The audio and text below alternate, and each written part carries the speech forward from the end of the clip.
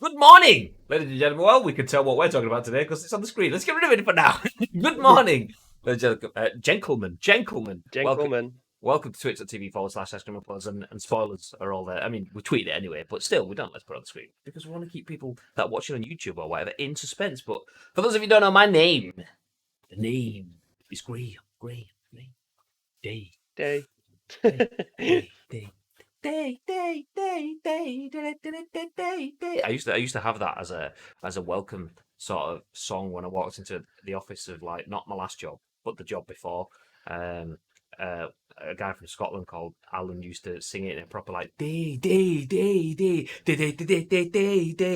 and I was like, morning, Anyway, welcome. My name is Graham Day. This man who's sat here being forced to listen to me sing along with you lot is the man that we call Pippi.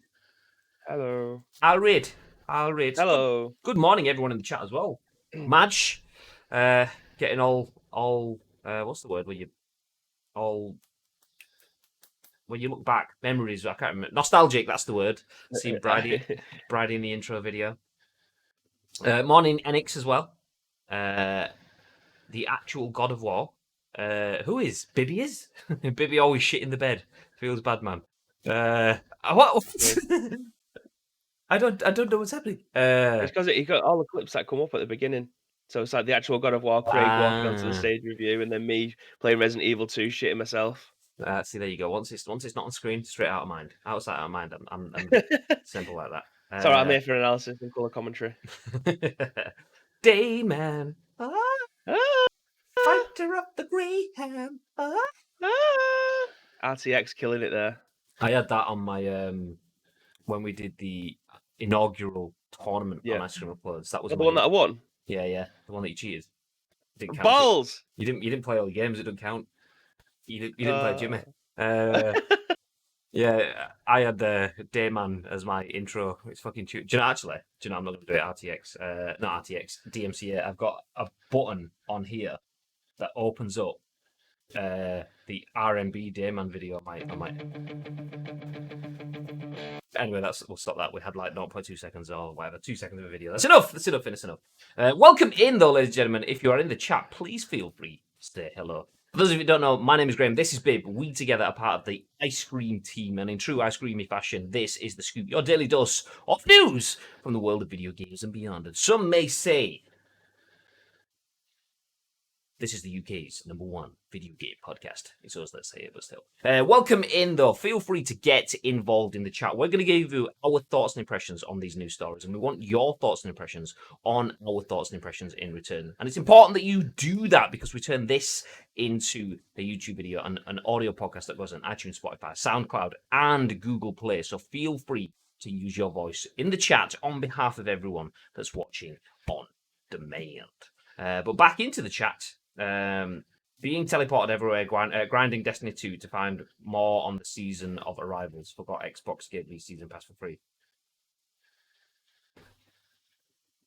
Are you? You playing Destiny? What's the season of Arrivals? I don't know what that is. Anyway, Magic says it's Thursday, so it's hype day for PES. Although we have news that PES 2021 is a thing and will be a separate game, probably.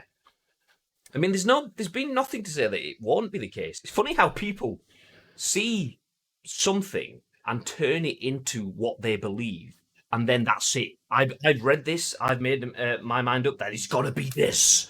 Like nothing has said that it's gonna be a standalone game, and nothing has said that it's not gonna be a standalone game. So it tickles me no end when I see people chuckling or pissing and moaning about things not being what they've assumed to be. As they say, when you assume, you make an ass out of yourself, and that's it. So yeah, it's bizarre. I know about this. But like people are getting pissy and moany because they're assuming what this is because of previous leaks and stuff, but nothing has been confirmed that it's gonna be. So people are getting pissy and moany because it's a standalone game potentially or whatever. But like, so PES always is a standalone game. What? So, the only time it's a combination is if you get like an extra DLC in it, like the Euro updates or whatever. That's It's always been a standalone game, from what I can remember. Anyway, it's always mean- been a standalone game. PES 20 was a standalone game. PES 2019 was a standalone game. 2018, 2017, 2016, 2015, 2014, all the way back. All keep going. They were all standalone games. If something isn't standalone game, people are assuming that it wasn't gonna be. And are now pissy and moaning that it's not for some whatever reason. But yeah, it's ridiculous. No one, nowhere, nothing, no official channels have ever said that it's not going to be a standalone game. None of them. But once again, people get pissy and moaning because it's not. God damn it! It's just wait for official news. It's like we're getting back to this thing last year where people were. I think it was Pez Monster. Pez Monster tweeted at me or at Manny or something saying, "I wish I was going to be invited to this event in Japan." And I remember responding to him saying, "What event?" And he's like, "This event with all the FIFA YouTubers going to Japan." And I was like, "What event?" And he was like, "The one that all the FIFA YouTubers are going to." So then Manny responded to him going, "What event?" It's like, there is no fucking event. Just because someone leaked a deck or something doesn't mean that it's all going to happen. So, yeah. Was that deck even legit? I don't even think half the stuff that was on it. Some of it was true, but it was like the most obvious things. But most of the stuff that was on there, I don't even think came to fruition, did it? Because No, someone could have actually made that on Photoshop or something. I don't know. I mean, I can't remember what was on it. All I will say is I never saw that deck myself. So I can't imagine it was a real. There we go. There you go. Asim says fake deck. I mean, I never saw the deck myself. And I see a lot of the stuff that goes out. So it was all new for me. And I kept telling people, if it's not from an official channel, it's just it could be real, but if it's not from an official channel, take it with a pinch. And nobody knows how to take it with a pinch. But it's like, oh, this is a full game. It's like no one's ever said it's gonna. No one's ever said it exists or doesn't exist. It doesn't. There's not even a name in there. It just says next game in the PES series. That's how unannounced anything is. So how are people getting pissed about what has or hasn't been announced? Woosah! Take your foot off the gas. Chill out, mate. Chill out, mate. Anyway, let's jump off that one. Okay, that's it. It was Maz's PES hype day. Chuggy! Morning, you beautiful bastards. Good day, Morning, sir. Chucky. Beautiful bastards. Ned Stark's beautiful bastards. I'm older, so I'm always pissing in the morning. Sadly, mostly at the worst times and alone. You're never alone. You've got the ice cream team here. Yeah. Fake deck. The whole schedule was fake. Exactly. That was it. But people like hedge their bets on. Oh well, it said that we were going to get news here, and people like started going, "We've got the news. I'm going to be live, ready to talk about the news." And it's like, what news? Nobody said any news. But you can't comment on rumor or speculation as a brand. If someone thinks there's news coming, you can't, as a brand, go, "There's no news coming," because then people go, "So was it real? Was it not real?" And then you start commenting on rumor speculation. So you just ignore it and hope people go, "Well, we've not said anything," so they're going to realize nothing happens. And then the brand doesn't say anything, and then everyone goes, "But they never said anything, and they promised it." Nobody promised it. Nobody promised it. Anyway, enough of that. We laughed about it internally. I was still there. Says Asin. It was funny. It was funny. Jordan says the amount of esports plan decks I've seen that have leaked, and it's just a concept ideas, but people take it as gospel. I mean, even if that was concept ideas, even if that was a legit deck, not a fake deck, then so. I mean, I've had conversations about Ice Cream Uploads content with. I mean, it's not completely different. It's a different kettle of fish from PES and whatever. But me and Biv have had ideas on Ice Cream content where we've put things down into a deck, and then when it actually comes to fruition, it's nothing like what it started out as. So people like if that deck was released, people are, "Oh my god, it's nothing. It's just an idea along the way. The game wasn't even out. It was pre-3, I think, or something like that. So there was a long anyway. I said we're going to stop on it twice, so we'll definitely stop on it now. Anyway, should we jump into some actual news that we're here to discuss today? I think we should. Let's do that. Yeah, fine. Let's split screen as well. If you probably saw it when I viewed it on the screen anyway. But Ubisoft battles to remove leaked Assassin's Creed Valhalla gameplay update. Another leak shows boss fight, map, and more. Written by Tom Phillips for Eurogamer. This is an article that has an update, but we'll start with the original story and then we'll jump back up. Original story came out on the 6th of July 2020. Half an hour of gameplay from the upcoming Assassin's Creed Valhalla has leaked online, and Ubisoft is trying to scrub it from the internet. The footage is from a work-in-progress build of the game and comes just days ahead of Sunday's Ubisoft Forward livestream. The mission shown features an assault on the real-life bird castle in East Anglia and gives us our first proper look at the female version of the main character, Ivor. No, well, not counting that special edition statue, excuse me.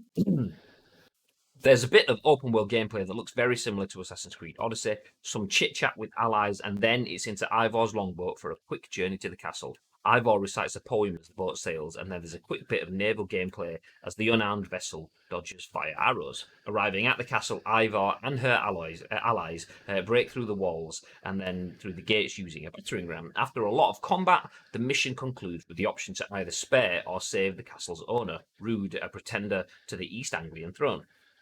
There's a look at the game's new sprawling skill tree designed to mimic constellations in the night sky, and our first glimpse at Raven's Sight, Ivor's ability to highlight objects and enemies, which is similar to the Eagle vision of old. Assassin's Creed fans will also note a button in the menu to exit the game's animus to wherever its modern day portion is set. Norfolk fans will note references to places such as Theotford and Northwick, which are Thetford and Norwich. Versions of the footage are currently being taken down from YouTube, though it's still watchable via streamable at the time of writing. Part 2 of that video is here, and Part 3 is here. Those are obviously linked within the article for those not looking at this. Ubisoft has so far dropped 2 trailers for Assassin's Creed Valhalla, neither of which showed gameplay. It's a pity we're seeing the actual game in action for the first time this way, though the footage posted is quite low resolution. There are various visual bugs present. Overall, it has received a mixed response from fans after the showy reveal trailers released officially so far. Tune in on Sunday, 8 p.m. UK time, for Ubisoft to finally show more. And then we jump up to the update, which says, another day, another Ubisoft leak. It's Assassin's Creed Valhalla again, this time with a second big gameplay excerpt from the same early East Anglian area. This leak, however, is of much higher quality. It's the latest slice of in this latest slice of footage, we see female Ivor take on a boss character named Cordelia, a fight which appears to be a side activity within the region. Speaking of which, there's also a glimpse at some of the game's sprawling mad Hello Norwich and Thetford Forest. So it's a bit shit. We waited to see Assassin's Creed Valhalla gameplay and the Xbox stuff, and we didn't get it. We waited for the Ubisoft Forward conference to see some Assassin's Creed gameplay, and we finally get it leaked from some low quality buggy shite from someone that's probably been given access to the game, because as far as I'm aware, certain content creators have been given access to Assassin's Creed Valhalla ahead of Ubisoft Forward, so they can put content out alongside it, as far as I'm aware. Yeah, I mean, a lot of people won't be bothered about these leaks because they have been complaining that they haven't seen much from it. Which conference was it? The Xbox one, where apparently everything that we was going to see was gameplay footage, and then it turned out that this was just a trailer for Assassin's Creed. So a lot of people was getting pissy about that. So I think people will be thinking that they've got what they wanted now. Fair enough, it might not be what they wanted 3 days ago, where it was just like a bug haven in a standard definition recorded off potentially someone's mobile phone. I haven't seen either of them yet, and I will wait to see them. Hopefully, we'll get to see something on Sunday. Gameplay wise, something proper in glorious 4K. So I'm waiting for that, but there's nothing you can do about these kind of leaks, unfortunately. If people really, really want to get them out and they'll go against NDAs and things like that, that they will go out. I don't understand how this day and age they can get out though. Like if you've got these things should only be shared between a certain small amount of people. I don't know. I'm sure I've seen a tweet from Andrea Renee a couple of days ago saying that she was getting behind the scenes look, like rather than doing a capture event, there was just bringing people from around the world to sit at their own PCs at home while they play through stuff, so they can see it firsthand, write their reviews up or whatever it may be. I don't know how they've managed to do it, and maybe they use Parsec so people can play it from home. I don't know. But yeah, it's difficult to try and contain this if they want to try and show it to get more reviews from people, and it is a shame because nothing's a secret anymore. It's very rare that you'll get a massive announcement in video games that's taking people by surprise. Yeah, it is a shame. Good morning, Paul Bryan TV as well. Welcome in. Says can't wait for Valhalla.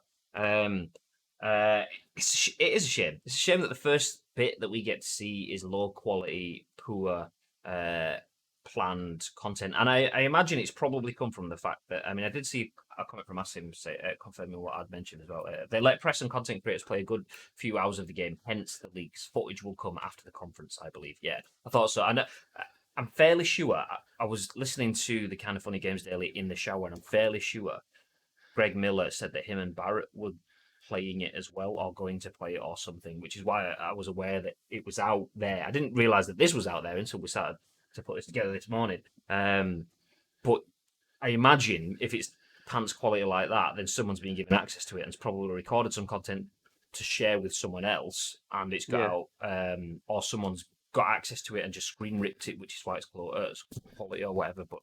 But yeah, whatever the reasoning behind it, we've got it out there, and it is shit. It's shit, especially because like I imagine if there's different bits of content out there already, I imagine it's probably not going to be something like Parsec, because if they're playing it through Parsec, you will get obviously a drop in visual quality. And the last thing Ubisoft will want is not 1080p 60 or 4K 60 assets coming out. So I imagine they're probably giving like a Steam code or something to an early access version of the game or something like that will only give you a set amount of content, or even a console. I don't know. Yeah, maybe they're giving it to people with debug consoles potentially. I don't know. But yeah, it's shit that the first bits we get to see, something that we went through all of the Boss Logic cover being designed stream, and went through the Xbox conference, all hyped to see more. That amazing first trailer that was like pretty much HBO standard, and then when we actually do get some gameplay, it's buggy, less than 720p. Crap. But there we go. Jumping back to the chat. Yes, Assassin's Creed The Witcher.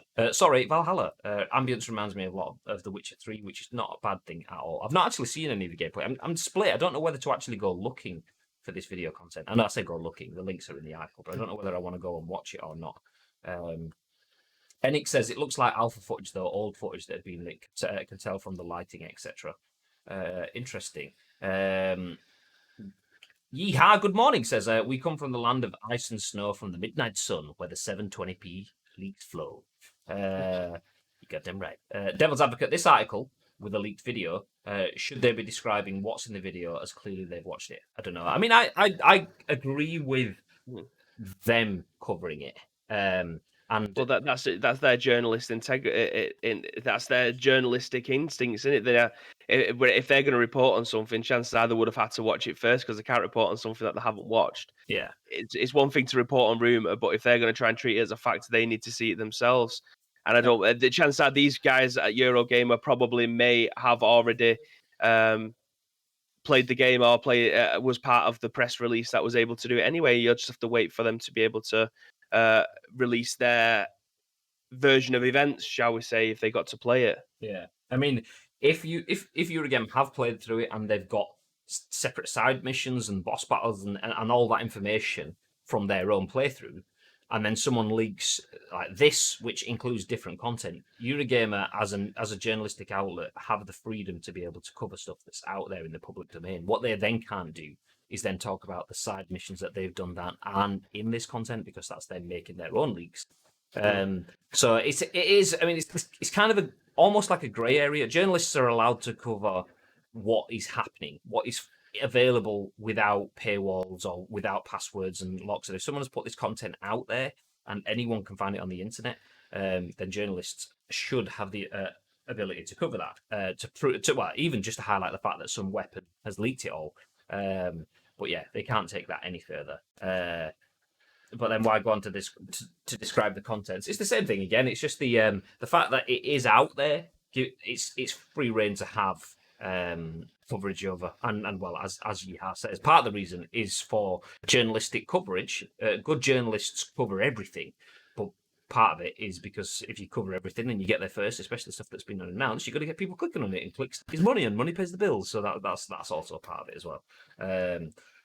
But yeah, there's nothing. It's the fault isn't on the journalists. The fault comes before that. But once it's out there, it essentially becomes free play, which is kind of almost there is almost an ethical question. But journalism should be obviously beyond reproach when it comes to ethics in that sort of way, as long as it's done legitimately.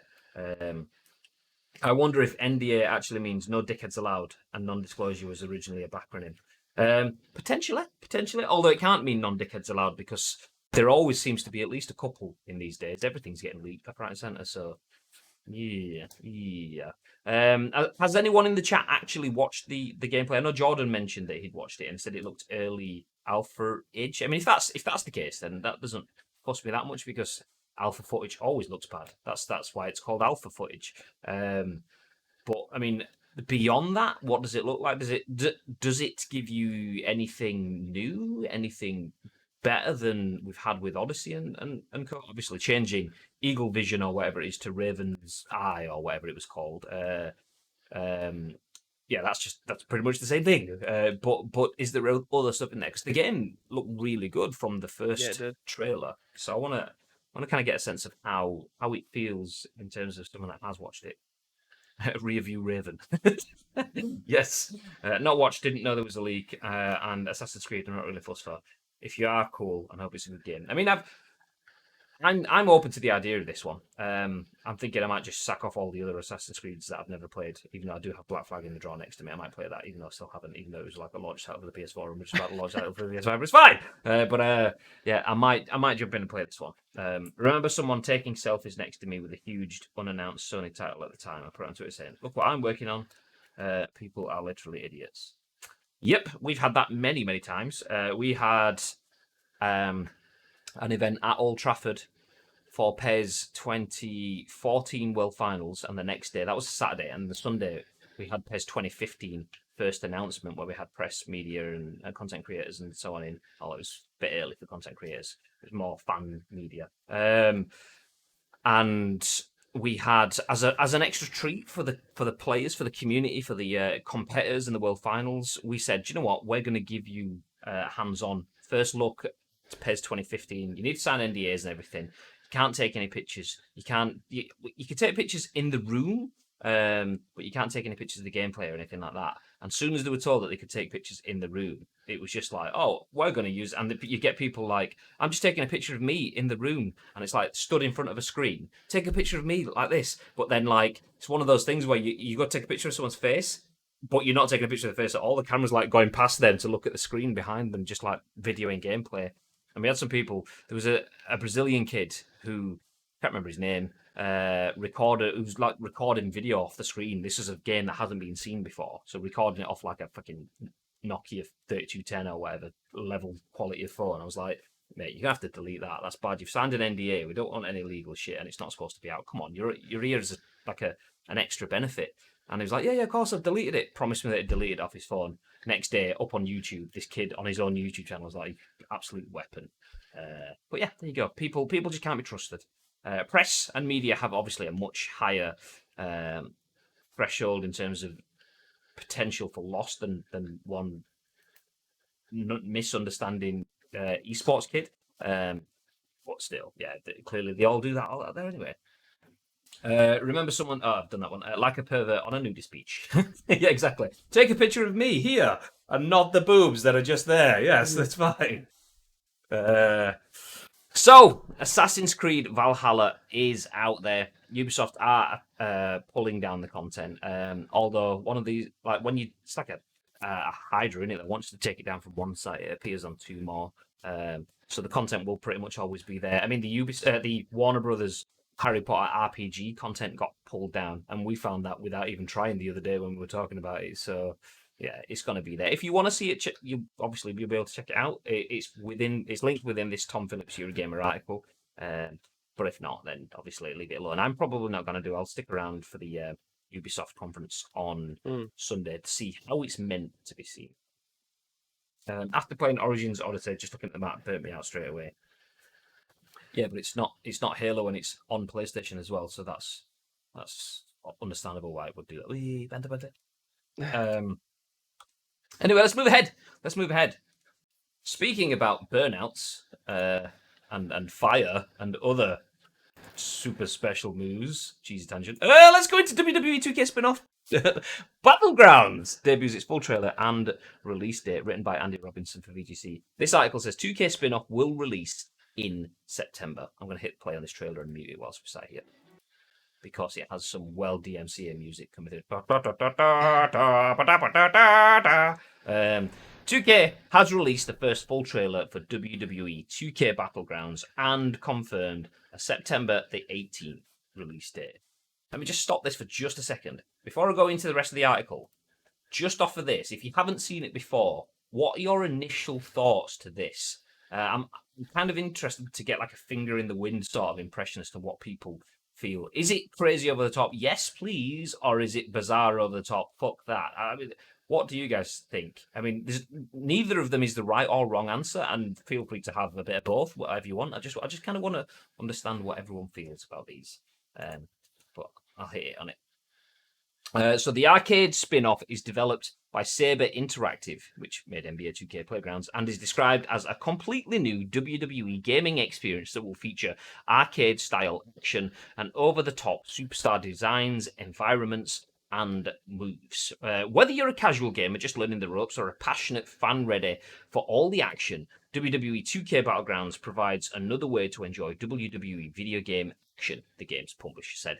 In April, 2K announced that it had recruited former Double Helix studio head Patrick Gilmore to lead the development of future WWE games as it attempts to enact a renewed focus on quality. The publisher had earlier cancelled plans for WWE 2K21 following a disappointing 2K20 game. Last month, 2K's new WWE games boss said his development team was looking at past classics. Let me pause that now. Oh, it's gone anyway. Such as No Mercy and SmackDown as inspiration for their next full game. I'll hit play on that again just while we'll wait here. And it says WWE Battle Royal. I mean, it does say Battlegrounds, but that's not what it means. Gatekeeper TV says not a fan. Madge, initial reaction, cringe. I don't get what. I'm assuming that's a Limmy emote. Is steel? Is that blue steel? I don't know what it is. But as I've not played it and nobody I know has, I can't dismiss it just yet. Yeah, if it's fun, then it'll be better than the last 5 WWE 2K games, says Chappers. Yeehaw says, yeah, could defo be fun. Could be fun. Defo, wait to see it first. They've not been good since WWE 13, says Chappers. It reminds me sort of Def Jam Fight for New York, says Enix. Gameplay was awesome in that game. What are your thoughts, Bib? I am on the other side of the coin for this because I'm actually really looking forward to it. And that's as a person who absolutely adores WWE All Stars, that game was hella fun. Like, I don't know if many other people played that, but for me, as an arcade wrestling game, I thought it was amazing. This is right up there as well. It's very much in the same ballpark as All Stars. So yeah, I mean, the sim version of sports games nowadays, it can be a little bit tedious.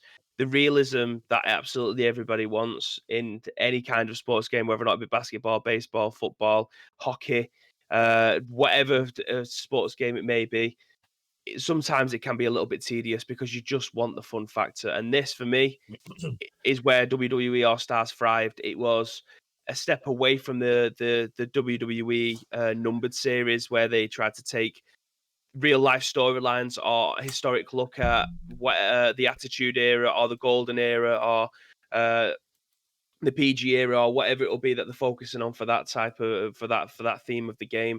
This is where I want to be at the moment. I want a good arcadey type of game that's just fun to play, and by the looks of the trailer, that is where I am. That's what I want. So yeah, we've seen the Sims over the last 2 or 3 years. They've just not been good. They've not been good straight off the bat. The reviews have been horrendous. The prices have been cut after 2 or 3 months of the game coming out. They can't shift the copies on Nintendo Switch because of the frame rate issues. So I think them taking a step away from making a mainline game, potentially looking at building it from the ground up for the new generation platform, so new generation consoles, and just taking the time to get used to it. Because don't forget, they lost Ukes and had to bring somebody else in who didn't maybe not have the familiarity with the engine as Ukes did. That's their big shoes to fill. It wasn't so much then, that they lost Ukes, was it? It was more a case of they opted to use their internal studio, whatever the name. I can't remember the name of the dev, but they essentially had acquired this dev and decided to do it in house rather than using Ukes, which obviously, like you say, massive shoes to fill.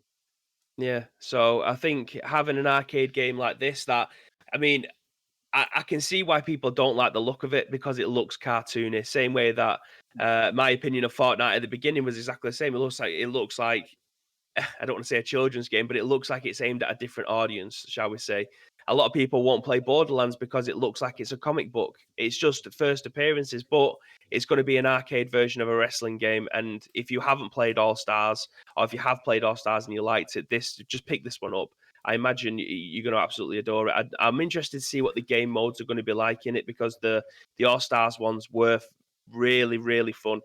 So that's all I want from a wrestling game at the moment in time. I want fun. I mean, I only recently bought this again, so that I could play through the GM mode because we haven't had a GM mode in God knows how long. So I bought 2007 Raw versus SmackDown so I could go through that because again, that was fun. It was over the top. It was dramatic.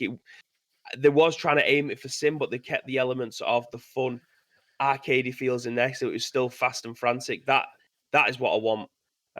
So again, everybody's taste is completely different. It's just how it is. Yeah, the likelihood that we're going to go back to the likes of SmackDown, Shut Your Mouth, Here Comes the Pain, and things like that were fast and frantic. I don't think that's ever going to happen again. So this is as close as we're going to get to it, I think.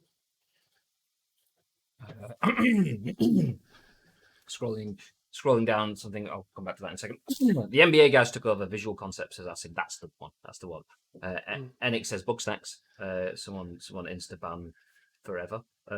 We do not mention Bugsnax in this. If it plays well, then cool. But I think it will be completely stuffed with MTX like NBA Battlegrounds 2 was. It wasn't Def Jam pitched as a WWE game, but when they lost out, it was reskinned and turned into Def Jam. Did not know that. Interesting. Yeah. So it seems like they're taking a year out to focus on getting next numbered one right. See, I'm not against this. I must admit, its style does kind of push me away. Let's put it in that sort of way. So the big head mode, almost the characters almost look like pop vinyls rather than WWE wrestlers. So that kind of makes me go, but. And I don't know, maybe it's my old age or something. I'm learning to try different games or learning to appreciate different games. And what I was kind of looking at off screen then was watching Lyric. This is a complete tangent. Lyric streamer. That's it, yeah. So Lyric, obviously, streamer, one of the biggest streamers on Twitch, was playing a game called Party Animals, which is a Steam demo during the Steam Summer Game Fest. And there's quite a few different games like it, but essentially you've just got loads of different animals that essentially are on a platform. It's like King of the Hill. You have to knock everyone off the platform, and whoever's left is left. But it's one of those like really frustrating ones where you've got like buttons to punch and buttons to like grab hold of the side, so you can be knocked off and you can choose to grab on. But it's kind of like a weird sort of momentum thing, and you're kind of flopping around. And seeing it at first, I was like, it's not for me. But the more I watched it, the more I kind of got into it. And this could potentially be one of those games for me. If I throw away the cheddar, the over the top, and that's the point, is it's meant to be over the top graphics. I mean, at one point in the trailer, someone threw someone into an alligator. I mean, that's good. You can see it's not meant to be taken seriously. So if I don't take it serious, then I think maybe I could enjoy this. I think I'll give it the benefit of the doubt. I think I could enjoy this. But Asim there saying taking a year out to focus on getting the number one on that. I think that's a good point. I mean, Visual Concepts trying to come in and pick up everything that Ukes have been doing forever and doing it in 1 year, not going to happen. Then still having to do the same thing for next year, but also making up the ground on last year's, also not going to happen. So taking a year off and then plugging in the gap with something that doesn't take itself seriously like this, I think that's a good stance for 2K in terms of getting it right going forward. And that'll help. Like, where was Iceman's comment? I'm not feeling this like I felt. Plus, I don't trust 2K. Well, that's it. The trust bit. If they take a year off and give you something to just chill out and not have as your main game, just play whatever else, and then just come back and do some WWE 2K Battlegrounds in the meantime, and then next year hit it out of the park with 2022 or whatever it's going to be by that point, then yeah, I think that's a good plan for them. That's a good plan for them. See if I can find is this gonna is this the party animals thing? This is it. This is party animals. A complete tangent, but I'll show you anyway. Because there are. I did watch when Next Gen Base did their 24-hour stream. They played a game that was similar to it. So I know other games exist. So you pick your characters, which are all cute little cats, dogs, dinosaurs, or whatever, and you've got to like beat each other up. But your characters have got really dodgy. So like he's dragging someone at this point in time to like lob them off the edge of it. Gang Beasts, that was it. Gang Beasts. So it's just another Gang Beast, but like seeing it at first, I was like, oh, it's just cheesy, cutesy, whatever. But after watching Lyric play it for about 10-15 minutes, I was like, okay, do you know what? I'm actually hyped for this. It's actually it's really fun. Yeah. That's it. I mean, every game doesn't have to be a sim, does it? Especially when it comes down to a party games are always fun because that's exactly what they are for. Party games usually try to bring in people who potentially might not ever pick up a first like a sim version of a game. So people liked FIFA Street because it wasn't a simulation of a football game. It was a fun arcadey game. That's the difference. So having party games gives the opportunity to have the fun element put in it because it's always going to be over the top. It's always going to be for everyone, not just for the hardcore. So I'm always a fan of arcade or party games for that reason because you could technically say that the old PESs, they wasn't simulations really. I mean, there was a lot more simulated than the FIFAs were, but there was still frantic, fast, a bit over the top. So yeah, there was never aimed at being Sims. So it's interesting to see how this one comes out. Even when you look back at old games and people talk about the realism versus Sims, I know that's a conversation that's not going on at the moment.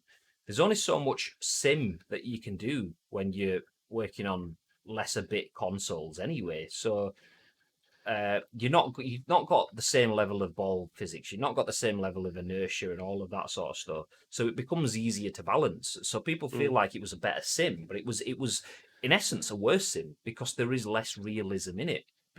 Physically, the machines can't code and run that level of realism. So it's just balance. Balance isn't necessarily realism, and that's where that realism versus fun debate comes into it because quite often realism isn't realism, it's just balance, allowing things to give a sense of realism. The most realistic football game that I think I've ever seen wasn't even a football game. It was that one that gets touted around every single year of What, the new that engine betting thing? one. Yeah. Yeah, that betting one, which obviously is going to look fantastic. It's going to look like a real football game because it's a predetermined outcome. They literally say, right, if they're going to use real team names, because I don't know the fake names that they use, say Chelsea versus Arsenal, you're going to have Chelsea win 3-0. They're going to put all the scenarios in place. Like the goals that get scored, watch 7 or 8 of those matches. Every single goal is exactly the same. It's just putting the scenarios in place and changing the teams and changing the looks of the players. Every single goal looks the same. It's going to be they're going to get into a position where it's going to go into the bottom corner, but this time they might miss it because it's gambling. The results are predetermined. It's not a real life football match. It's like virtual horse racing. They know who the winner's going to be before it even runs. It's not like real life. And that has simulation in it in some definitions of it because it's simulating real life football to a super high level, but it's not realistic in the fact that it is hugely predetermined. There's no element of fate or chance or destiny or whatever happening in there. No potential for human error. But I haven't seen that being wheeled out yet, so I imagine in the next couple of weeks we're going to see the betting football simulation come wheeling back out again, saying why can't football games look like this? Get the was it Bongos Bingo, the horse racing stuff. Yeah. People stood on top of the horses on their 2 feet running and stuff like that. Yeah. And a bus just randomly coming down with a horse on it. also like Human Fall Flat. There you go. I knew there was a bunch of games, but the fact that I don't know them is kind of accentuating my point that I was coming back. So we'll backpedal back to 2K Battlegrounds. That Party Animals game, which is like Gang Beasts, which is like Human Fall Flat. I couldn't remember what Party Animals called, and I couldn't remember what games it was like because it didn't resonate with me. I saw it and I instantly, nah, it's not for me. Nah, it's not for me. And if I was doing that on the surface with 2K Battlegrounds, I could quite easily go, yeah, it doesn't look like I'm interested in that. It can jog on. But like Bibby said, do that with Fortnite and you miss out on what's actually a really, really, really good game. Solid, in depth, good quality, looks after the user base without loot boxing them to death and so on. Obviously, it's not for everyone. Understandable. Nothing should be. But I think, yeah, I'm happy to give 2K Battlegrounds a chance. Well, I mean, partially just because I can't Stone Cold Stunner someone and throw them into an alligator as well. Because who wouldn't want to do that? I'm really looking forward to it. So yeah, when it comes out, I'll most certainly be playing it. I'll tell you that for free. I'll tell you that for free. Again, if you can pick up All Stars for next to nothing, I'd buy that for try it out. $1. Yeah, try it. It's brilliant. I don't hate the idea of it at all. I actually would rather more sport titles do take a year off and come back fresh. Do you know what? Me too. Me too. Obviously, that's very, very unlikely to happen because your shareholders won't like it. Often, for that to happen, you will need to have some sort of catastrophe. Be Or a it backup plan, i.e., an arcade game that's coming out. well, yeah, exactly. I mean, the catastrophe I'm talking about is essentially 2K20 hasn't been great at all to the point where it's had multiple failures. But that catastrophe has given enough reason for the shareholders to go, all right, we're happy enough if you don't want to put another one out this year. We will do one next year. I mean, that might not have actually happened, but you get the point of where I'm coming from. It takes something drastic for a company to go, well, we've been making money on this annual title every year for years. So why don't we just continue to do that? Okay, fine. Jobs are good. It takes something to cut that routine out. You need to stop that routine and having one coming every year. Something drastic needs to happen. I mean, if we were going to see that in games, the fact that we have had a global pandemic, you'd be more likely to see that now. But it seems that hasn't really impacted on most of the annual releases anyway. So, but yeah. So long story short, a game needs to fuck up if it's gonna have a year off. But I agree, them taking a year off and coming back fresh would be a really good. I mean, what is it EA does on the Switch? Is that was they call it a Legacy Edition? Yeah, so basically it's just the same version as last year, just with updated rosters and teams. So Ultimate Team's exactly the same. If I was to boot up FIFA 18 now, I could still play Ultimate Team from FIFA 18 because there's still people playing it that refuse to pay for FIFA 19 and 20, because it's just legacy editions. See, I don't necessarily mind that in that sense.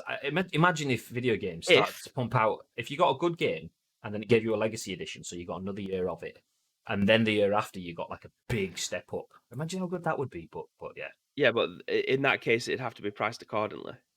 Oh yeah, Because FIFA have just slapped another 60 quid on top of it and pushed out a new game just for the sake of rosters and kits changes. No, that's that's why it hasn't sat well with the rest of the FIFA community. That's why no one even bought FIFA 20 on Switch this year, because it was the same as last year. Everything's still running last year. And if your sole purpose is to play FIFA on your Switch via Ultimate Team, then there's no need to upgrade, is there? Yeah, because people are still playing it. I mean, and having legacy editions for 18, 19, and 20 defeats the point as well. I mean, a legacy edition for me is, I mean, they're doing it for a different thing. They're essentially just having it to have a game on the console. For me, using that concept of having a legacy edition with minimal upgrades to take the year to come back the next year, so you drop the price, give it something accessible, cheap, because there's not really much gone into it. You cover the costs for your development, your shipping, you're pushing it through first parties to get it on the PS Store, the Switch, Xbox, whatever. You cover the fact that you have to pay for your licenses and stuff to keep teams in and doing your photos and stuff like that, whatever. You go through all of that, so you're charging you 25, 30, whatever quid it's going to be. And then next year, you have your all singing, all dancing one. All your dev studio hasn't been fully used in doing it all, and you can have one big hurrah. But there is a negative with doing that, though. A big negative is, what if you spend 2 years developing a game and it comes out and it doesn't quite pop? You've just instantly shot yourself in the foot. Or what if you have, let's say you develop an engine that becomes, or not even an engine, just a game. You develop a game that's phenomenal, 95% of the way through, and you add something at that final 5%, which just adds some bugs and shit, or changes the way, and you have to do loads of bug squashing, and it comes out and it's just a bit, then it just completely you're gambling there because you're putting a lot of weight on one release. So from a sales perspective as well, from the corporate perspective of the developers and publishers, there is a lot of risk on that as opposed to just putting the game out next year as well. Well, there's been a lot of comments. Must have been chatting for a long time. Bring back WrestleMania, the arcade game, says Chucker. I agree with that. Yes, please. Banger. WWE in your house on the SNES. I'll take that. Or PS1. Like if they released the PES 2020-21 update, if they just worked on making PES 2022 the best title there is, I'd be all for it. We all know FIFA needs a year to reset because they suck ass now. And every installment is an update patch on FIFA 17 anyway. Fatman Dave says, compared to All Stars, the characters look like they only took the concept halfway visually. It's not full blown arcade. They kept them looking semi-real, so they look weird with bigger muscles on nearly normal bodies. Yeah. All Stars was mental. Like, we know The Rock's muscly as shit. They're taking it to like times 16. So we just built like a brick shit house. Like everyone looked the same. Not the rock, the boulder.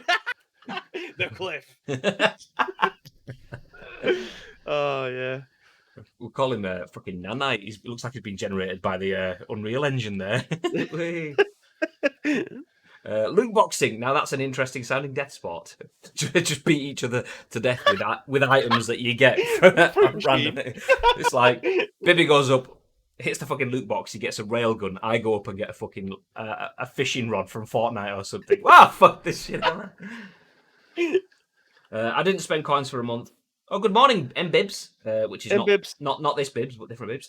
Not me, Bibs. I didn't spend coins for a month. Got Nedved on my first free spin today. What are the chances?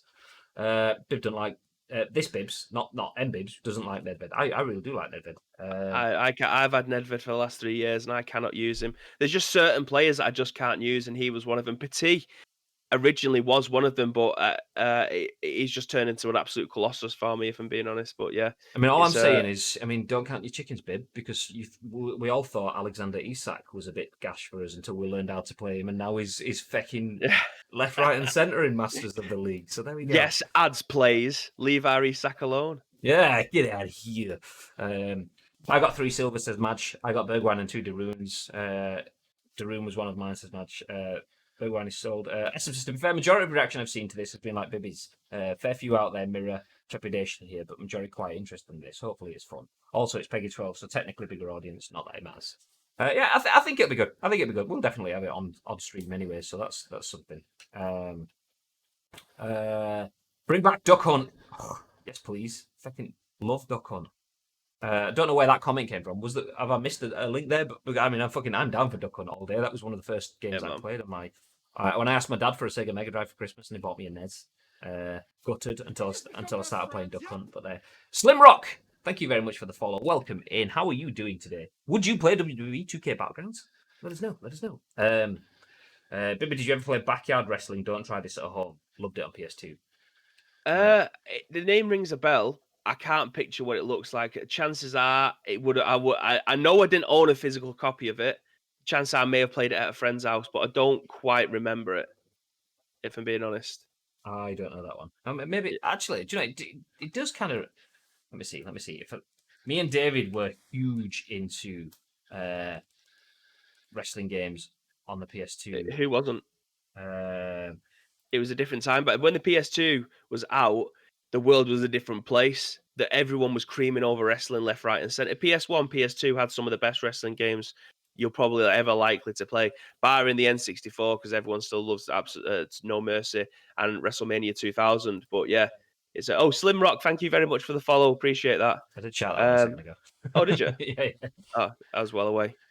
But yeah, it's. I don't remember it. If I've played it, I never owned it. It would have been at a friend's house. I don't remember this one. And me and Dave, like I said, me and David were to the point of like looking at everything, being counted down to it. But yeah, don't even know that one. Someone mentioned the SNES on NES. Sorry, lurking as I'm at work. No worries.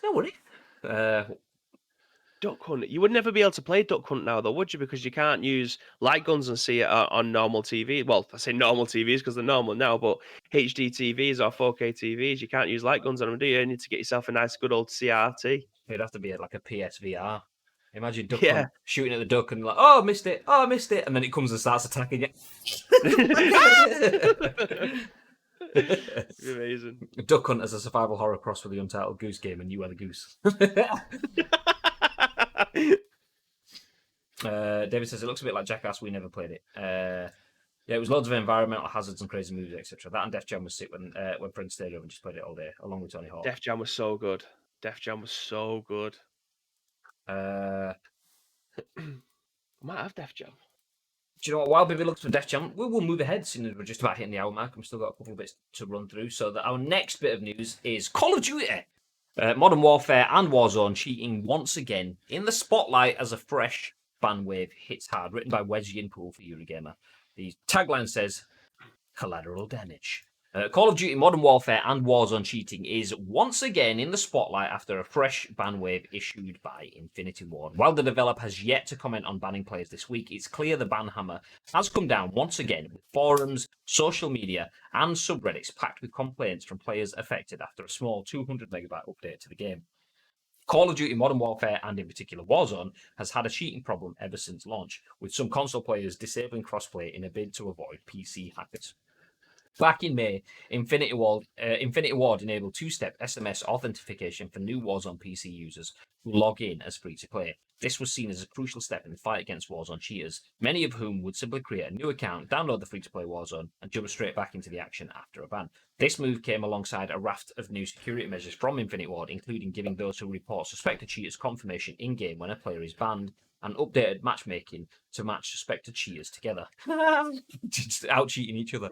It was felt that this anti-cheat effort made an impact in the free-to-download Battle Royale, but this month has seen reports of cheating ramp up once again. There's a bunch of embedded links here from Reddit, but cookies and that doesn't show. So, showing how brazen some cheaters have become. This clip, linked in the article, shows one Twitch streamer called Next1141 openly cheat in Warzone. At the time of this article's publication, Next1141 was playing Warzone live while cheating. There were more than a few choice words in the chat. Activision declined to comment when contacted by Eurogamer, but whatever Infinity Ward has done, I mean, first of all, let me just jump back to this. Who watches Twitch in the white mode? If you're not watching it, yeah, if you're watching this, you need it in and night you're not in mode. dark mode. Yeah, exactly. Do us a favor, sort your eyes out. Anyway, Activision declined to comment when contacted by Eurogamer, but whatever Infinity Ward has done recently to take on cheaters, it seems some players were caught in the crossfire. Activision's support forum is packed with threads from players who say they were banned unfairly, and Call of Duty subreddits have seen threads from players saying much the same. One affected PC player got in touch with Eurogamer after they were permabanned from Modern Warfare. The player, called Paul, said, I don't cheat, I only talk to one friend, I don't grief other people, and I'm quite poor at the game, but that's not a crime, is it? Paul has hit a brick wall trying to find out what went wrong, with just a blanket statement from a Blizzard representative pointing the finger at Activision. The PC version of Call of Duty Modern Warfare and Warzone are Battle.net exclusive. If the ban remains, I'll no doubt never go near another Activision game again, for fear of both financial loss and the inability to enjoy a game I paid good money for, Paul said. While the free-to-download Warzone has a mammoth 60 million players, it doesn't take many cheaters to spoil the game for others, and Infinity Ward will be desperate for Warzone to avoid gaining a reputation for hacking. This latest crackdown is no doubt part of a wider goal of making Warzone as cheat-free an experience as possible, but with most ban waves, some collateral damage is inevitable. I mean, after seeing Asim Tanvir play Warzone on stream, I don't doubt he is potentially going to get a ban. The man is a human aimbot, so that's all I'm going to say. That's all I'm going to say. Just seen his name in the chat, so that's why I went for that. I wanted to say, actually, I did quite a bit to Season 4. Super harsh to say they haven't. I play it regularly with friends and still having a blast. Warzone, the most bland BR out there at the moment. They literally had nothing. Interesting. I haven't played it for a while, so I literally can't comment on things that have been added. I just find it very odd at this moment in time that this seems to be the only battle royale that's having real problems with cheaters, like real severe problems. I don't hear this much coming from PUBG. I don't hear this much coming from Fortnite.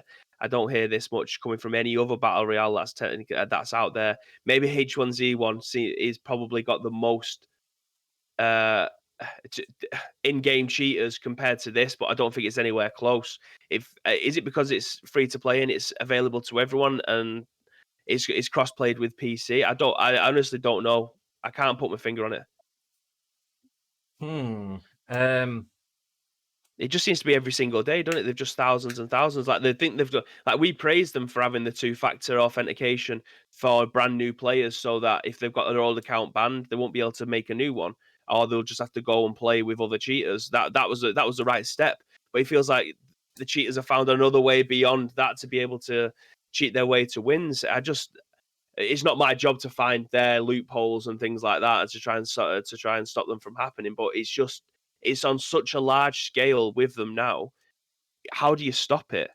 Yeah, I think this is where the dangers of cross-platform come into it. I mean, just jumping back a sec though, I remember when we first covered this, and I said it's all right to say we've banned 40,000 cheaters or 60,000 or however many it was.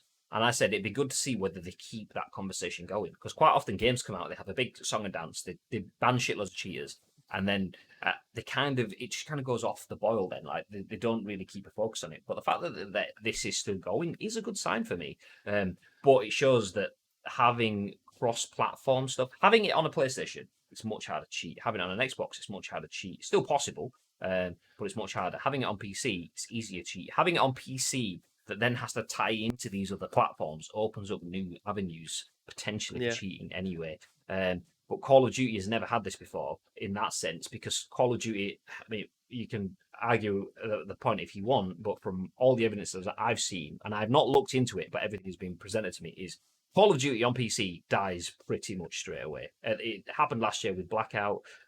This year, not so much, because they've got the crossplay and everything cross-platform, should I say. So it's thriving, but that means then nasty bastards that just want to pay for shit. So like, what was his username? Something 1411 or whatever he's called. Next 1141. Just openly cheating on stream. If he's going to be doing that because he's on PC, then it does shit over the console players that are involved. But it's kind of can you turn crossplay off? You can. The downside with it is turning it off. Quite often the games automatically push you towards having it on. I was in this conversation, I think maybe in the PUBG stream the other day with Jordan, and or was it Chucky? Maybe it was Chucky who said it. I think he turned crossplay off. And I wanted to do that on PUBG because there was undoubtedly a bias towards Xbox players, and I couldn't really turn it off because it essentially got opted into it straight away. It didn't. It popped up saying, "Do you want to enable crossplay?" And most people just go, "Yes, yes, yes, yes." So you imagine everyone's done it. I did it, and then when I turned it off, and it was like estimated time to find a match was like 8 minutes or something like that. And you know it's going to be longer than that when it's that long. So I just thought I have to turn it on or I can't play this game. That not so much. And if it's so disastrous because it has PC involved in it, then I imagine there will probably be more people trying to play it without crossplay and for it to be balanced. I mean, interestingly, there was a patch to PUBG recently where they banned the radar hack. So basically, the Xbox, if you put an Ethernet cable from your Xbox to your PC, you could essentially jump in front of all of the information that you're sending back to PUBG servers, and you could essentially scan all the information that's going through it. So you could use your PC then. So you're playing on your Xbox on your monitor or your screen or whatever, but you've got a PC or a laptop at the side of it, which shows you the radar, which essentially shows you where every single weapon is and every single player is in the game. And that was an easy hack. And they've just got rid of that in PUBG. And I think in that tweak, this is on console, in that tweak, the game just seems much more balanced because obviously me and Jordan have been getting wins left, right, and centre. Not on the last stream, but we've been getting shitloads of wins. My placements have been higher. A lot more consistent. Yeah, exactly. I'm winning more fights against Xbox players than I was doing at the start. So, I mean, this is the downside of having crossplay. Cheaters are horrendous. They will always be there. Crossplay shouldn't be squashed for cheaters. They just need to find ways around it to stop all of that shit, and it will come with time. It's still fairly new. It's still not universally adopted, so it will get done. I did scroll back up to Jordan says Warzone Season 4. Let's add nothing to the game. It's interesting. I wouldn't have said that was the case. I mean, even if they didn't really add that much in the game itself, they added all of that shit with the underground bunkers, and they're adding more stuff. They're building a narrative around it, and there's different game modes that keep getting added in and taken out. It seems really fresh for me. I mean, maybe I'm not playing it all the time, but yeah, every time I went on it, when I was playing it more consistently, it still seemed fresh for me on a daily basis. But like I say, I've not touched it for a while. Yeah, it's been a long time since I played it. I've still got it installed on the Xbox downstairs, so I may jump on at some point just to give it another whirl again, just to keep my hand in, as it were. Goddamn right, like a puppet. Anyway, COD's cheaters have worked over multiple titles and apparently have serious coders making them for people at a fee. Yep, not just COD, CS:GO. There's a BBC, like a 20-minute sort of mini documentary on cheating in video games, and this journalist goes to Finland or wherever, and there's a guy that's making like $20,000 a month selling cheats to people. It's a huge business. People want to pay to cheat, which is just bizarre. People pay more to get free wins in a game than they do for the actual game, which is just crazy. But people. What? There were a bloke in a CS:GO tournament many years ago that just rocked up with the USB that had all wall hacks on. They just plugged it into his PC and just played. It wasn't many years ago. It was like last year, and it was a big org as well. Jordan, if you're still here, he probably will know that. But yeah, you can see there's clips of the mods coming up to him, and he's pulling the stick out of the PC and deleting shit off it straight away. But it was a big org. I mean, it's probably not Razer, but it was something of that sort of size and scale. Anyway, bland BR comment. Well, not doing bad with its numbers. If that's the case. You can turn it off on Xbox, but you can't turn it off on Xbox for Warzone unless you do it at console level. Okay, and crossplay is required for solos. Okay. It's on by default on PS4. If you turn it off, then you get reminders constantly every few minutes to turn it back on. Same thing with PUBG. When you go back to the menu, do you want to turn on crossplay? So you kind of have to. Remember mate earning 90 grand on selling cheats in 2 months. Optic, that's it. Optic Gaming. It was their international, it was their Indian team. That's it. So it wasn't necessarily the main American roster that most people will be aware of, but it was still Optic. So Optic, did Optic as an org get banned from it as well, I think? Or I know they kicked him from the team, obviously. But were they banned as well? Regularly being updated. This is from someone who plays almost daily. Some massive, some not, some definitely regular updates, but hey, people will say things to spin narratives. It doesn't need to be updated. Battle Royales do not need to be updated every single day. Correct. They don't need to be updated every single week. I think, fair enough, the Battle Pass is over a certain amount of time, which is usually the season. But I think even if the game was to change every 3 weeks, I still think that's a lot. I think our expectation is like way too high for some of these games. If the game's there and the gameplay's there, you just play towards the battle pass, changing it every 2 seconds. One, it's going to change something in the code in the background, which may end up balls in the game up even more than it potentially needs to be. But just the battle pass is there for completion purposes. It doesn't need to have a marketplace that turns every 12 hours to give you new skins and stuff like that. I'll never understand it because it blows my mind. I agree in that sense. I mean, the one thing that Fortnite is good at is the content and the changes to the map. But that is probably my biggest not weakness. My biggest dislike of it is I've mentioned previously. I like an environment. I like a map. I like Crash. I like Shipment. I like whatever in Call of Duties. And I like the Fortnite map. But then when Dusty Depot gets changed to Dusty Divot and the agency gets changed to this waterlogged thing that it is now or whatever, it's not the same. I can't play the same experiences that I've had previously. So I don't want that level of change. I want incremental changes. Once you change the gameplay and the quality of life, and then you kind of build out from that rather than well, the incremental changes in Fortnite come once every 3 months at this moment in time, don't they? Apart from it's still probably a bit too much for me. I mean, I get it. I'm not a Fortnite player, which is I understand. So like the fact that they've removed the agency now completely from the map, and that wasn't there at all in season 1, and then it was there, and now it's been trashed and stuff like that. that is big changes that people that are invested in that game will get on board with. Like you say, it's 3 months of content, so that's a quarter of a year away. So Yeah. so that's a lot of time. For me, it's not, but I don't play it every day, so maybe not. But yeah, I don't. I think doing too much, like you say, you don't want that in a BR. BR, the narrative is the gameplay. Yeah. Having a bit of a story behind that, a bit of lore is nice, but you don't need too much. Well, how long has PUBG been going for? About 5 years. Right, and how many map changes have they had? How many maps have been introduced in that time? There's 5 maps. There was the maps. Well, we'll sack off the building of Erangel because that got better and better and better and better and better until the point. So they've Erangel, which then got Erangel 2.0, Sanhok, the jungle map, which is just about to get Sanhok 2.0. Sanhok came out when it first came out on the Xbox, so that was over 2 years ago when Sanhok first got it done. Erangel was about 2 years as well. Well, probably longer because it was on PC first. So Erangel got done first, Sanhok got done. Vikendis had some tweaks to it, which was just sorting a bit of a shit map. So yeah, it's a long period. It's over a year, more like 2 years before they tweak a map on average. That's what I mean. So you've got a nice long period to be able to get used to stuff. Now, fair enough for me, I think a year is far too long. The Fortnite criteria at the moment, every 3 months to be able to give you a new season and a new storyline to get on with. 3 months playing the same, especially if you're a hardcore, but like you playing PUBG and Asim, never getting off Warzone, playing that every single day for 3 months. That would be a lot, and I'm happy to see a change after 3 months. But changing it every 2 or 3 weeks, I think that's far too much. No, It does. I I don't think agree. it adds anything, but well, it does add something because they're changing it, but it doesn't add anything to the experience. I think it takes away from it, if anything, because you're not getting.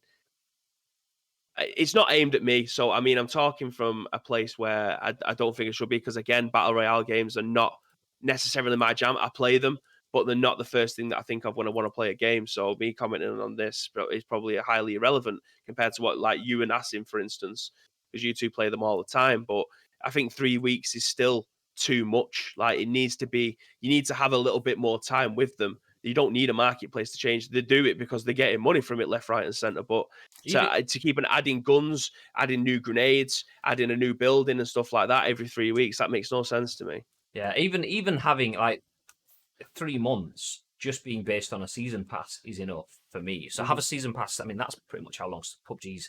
Maybe not that long, but a How long couple. does it take you to go through a season pass though? Because I know you do your dailies every single day. You play it. I'd probably say I don't see you playing it because I don't log onto my PlayStation that much. But I would guess you probably play this game for maybe 4 hours a day, if more on a Tuesday and Thursday, because you stream it straight after this. So Probably probably more like 2-ish. And sometimes it may be half an hour. If I tick off all my dailies in the first game, and I think, do you know what? I'm done now. I'll have a switch off. But yeah, I can easily sit there and play PUBG 4 hours without even thinking about it. yeah. So how long do you reckon on average it takes you to complete a season pass? In terms of hours, I wouldn't even know. But in terms No, of, weeks. Weeks. How long does a season pass last for, and how long do you think it takes you to do I it? think it lasts for about 2 months, Yeah. 2-ish. And it probably takes me, if say if it lasts 8 weeks, it probably takes me about 6.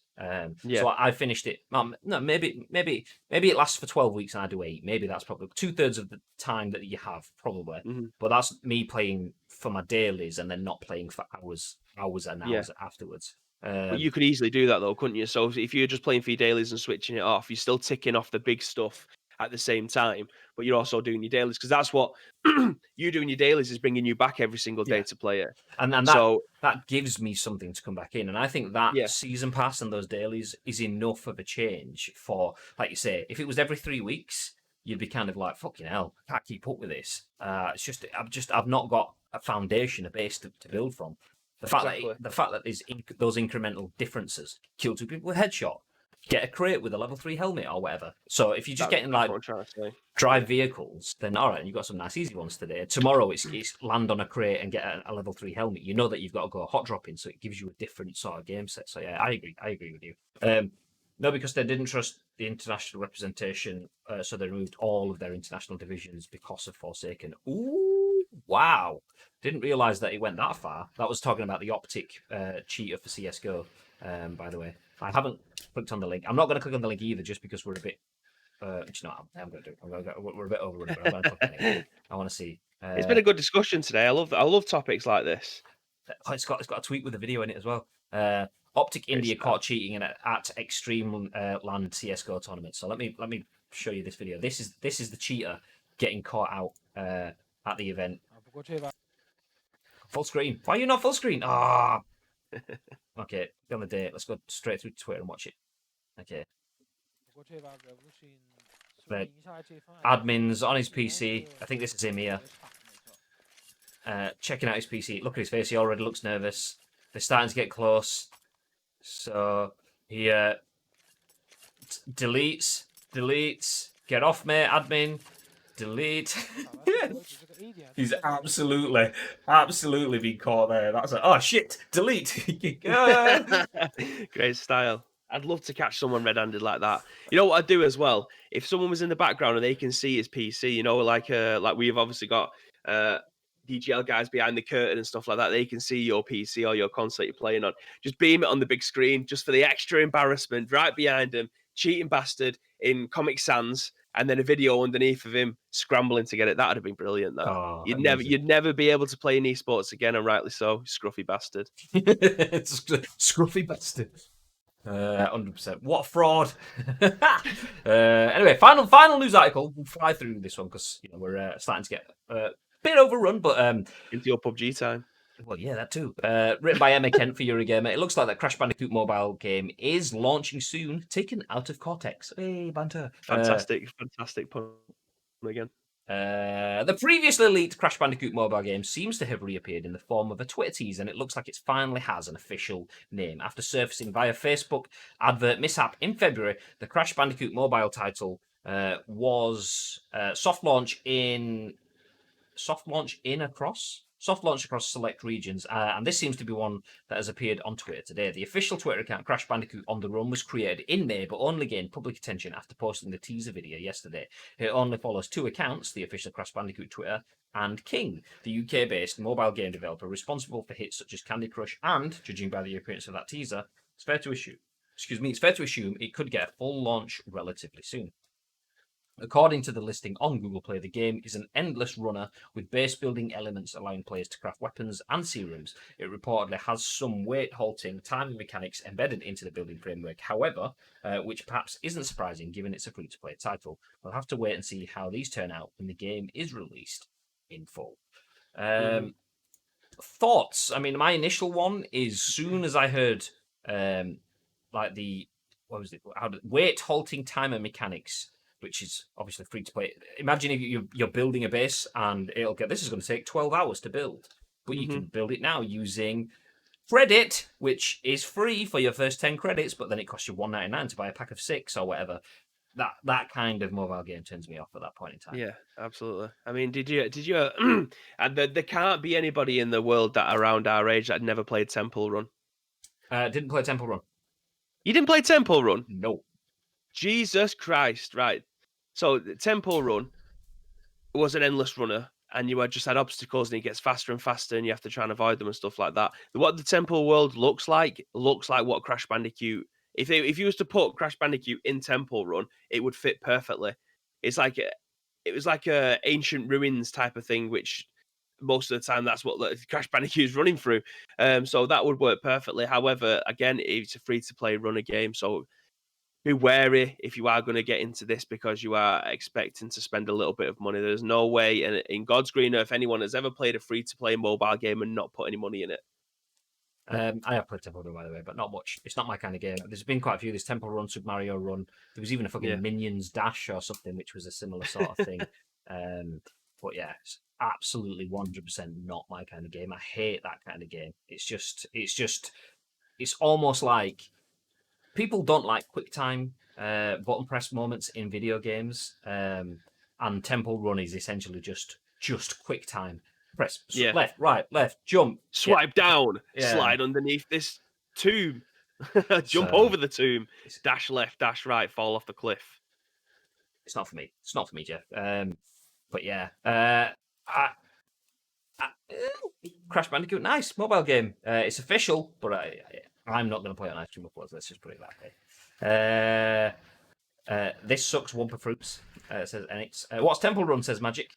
Graham, how? What? Temple Run was a staple holder of mobile game pre-microtransaction wait simulator. I was more putting my time into another one that had microtransaction wait times. I was playing The Simpsons Tapped Out instead for many, many, many, many hours and months. And then played Pez Manager. His manager was brilliant. I adored that. I played it. I put so many hours into my on the tablet over that game. When I say this, because there was Pez Manager and then there was Pez Club Manager. Pez Manager was the one that was like the cards. It was basically... that was what was that? Was that called like Club Select? No, it wasn't Club Selection, was it? I don't know. I can't remember. Well, it was originally called Pez Manager, which came out around 2015 and 16ish, and then Pez Club Manager came out, which is the one where you could build your stadium and stuff like that. But Pez Manager, that's one that I played. Yeah, I thought so. Most people didn't play Pez Manager.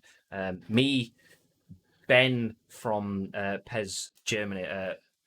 Hey, that's Pez Manager. The original. This is the fucking one, boys. This is the one. Cross, like, I mean, that's cross-play. I mean, getting your save data from your Pez 5 or Pez 6 or whatever it was and moving it over to Pez Manager.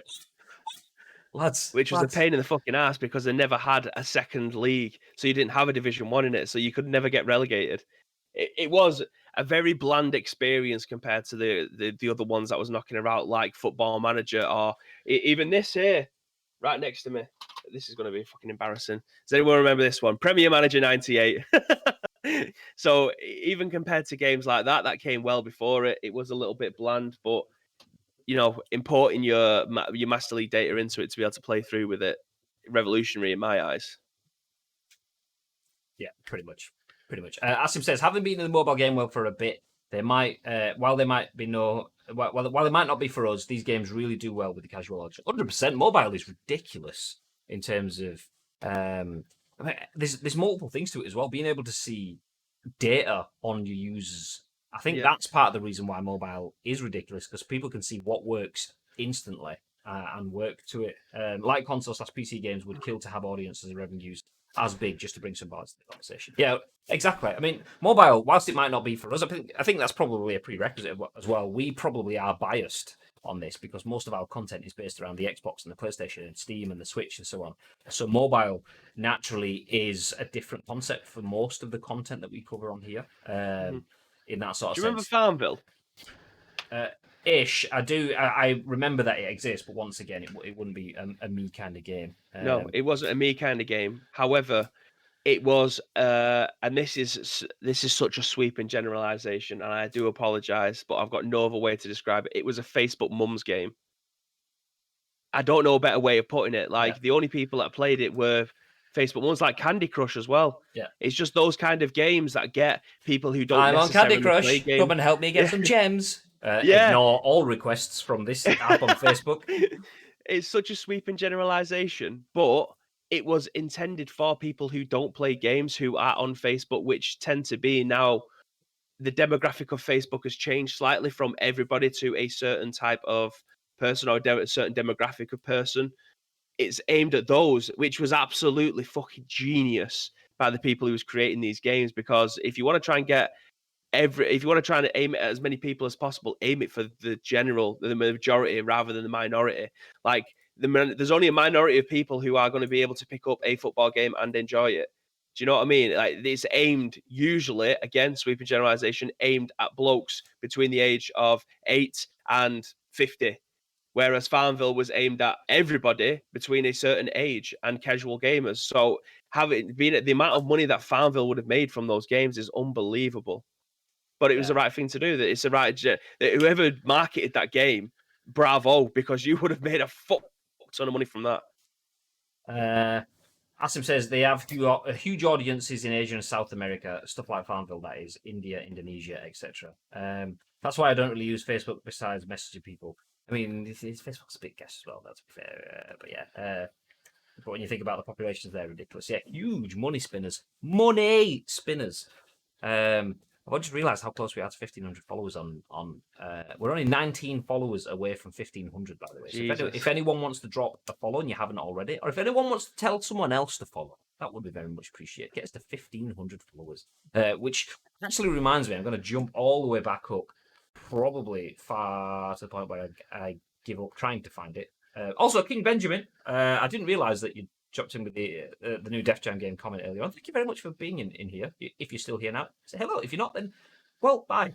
There was a comment, I think it was Jojo Leem saying, what's this? The Scoop has more viewers than Masters of the League. I'll have you know the Scoop is the UK's #1 video game podcast, so that's not surprising. And also, Masters of the League had 4,000 views on its first episode, so just saying.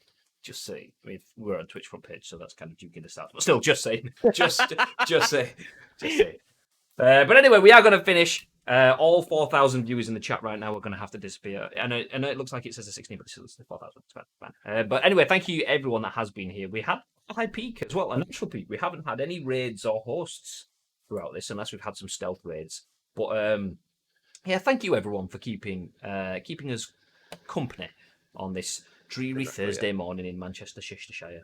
We are going to drop off. I will jump back on with some PUBG straight afterwards, though. So if you want to stick around for some BR games, we've been talking BR, then jump in. Let's play. Let's play. If not, then we'll after. Before you do that, how far are you into your battle pass? I finished it. Have you? How long's left of it? I think it's got like a week or two. Not long left. Something like maybe it's end of July-ish. But yeah, I'm like level 113, and it's like 100 levels. So I finished it and just grinding through it now. So you're telling me you're going to play PUBG for fun?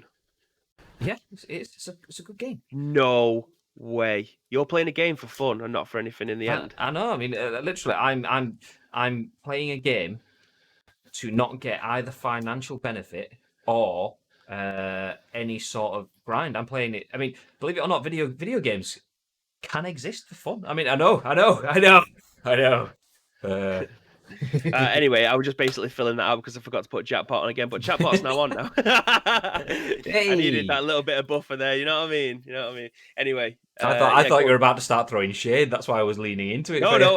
I needed to get Chatbot on, so I just thought I'd throw in a few questions there for you. Just wait for it to buffer up so that I can do my bit flawlessly when you're finished. Yeah. Well, okay. In that case, babe, do you have anything you want to add to the stream?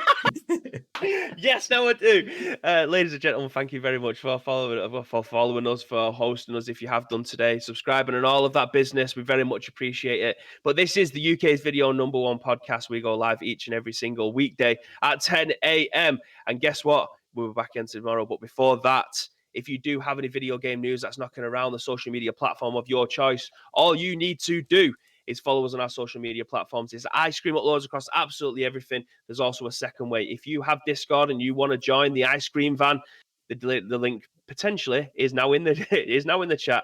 Unfortunately, you can't. It's not like a link where you can go like /Discord Ice Cream Uploads. It is like a unique URL, so I do apologize about that. But anyway, all you need to do is just drop in the link with your thoughts and opinions. We will then give you our thoughts and opinions in the very next show, which will be at what time tomorrow, Mr. Great Day? 10 a.m. ish. I was thinking RTX is going to mute that, so I'm just going to be there. Yeah. But there we go. 10 a.m.-ish. So we're back 10 a.m.-ish with the next episode of The Scoop tomorrow. We will follow that with Masters of the League, the final episode as well. And that'll be the final episode, not just of this week, but pre-January transfer window. After that, next week, we'll jump into the January transfer window. So make sure you come in, finish the first half of the season with us so we can get all set for bringing in new players. But before all of that, I'm going to jump in with some PUBG straight after the stream. We're going to go off, get reset, and yeah, we'll just have some fun. Fun in video games. Who the feck would have thought that? Get the F out of here, says Magic Man. But yeah, until then, have yourselves a fantastic day. And remember, stay frosty. Stay frosty.